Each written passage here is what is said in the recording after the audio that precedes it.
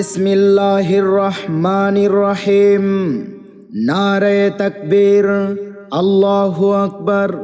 ইসলাম প্রিয় তাওহীদি জনতা, আসছে আগামী 22 ও 23 নভেম্বর রোজ শুক্র ও শনিবার সময় বাদ আসর হতে নিজ নান্দুয়ালি শেখপাড়া বাইতুন নূর কেন্দ্রীয় জামে মসজিদ এর উদ্যোগে 69তম বার্ষিক ওয়াজ মাহফিল ও হালকায়ে জিকিরের আয়োজন করা হয়েছে।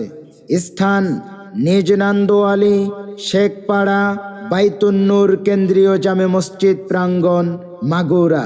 উক্ত ওয়াজ মাহফিলে প্রথম দিন প্রধান বক্তা হিসেবে মূল্যবান ওয়াজ পেশ করবেন বিশিষ্ট ইসলামী চিন্তাবিদ ও কণ্ঠশিল্পী মুফতি দেলোয়ার হোসেন ইউনুসি, ঢাকা।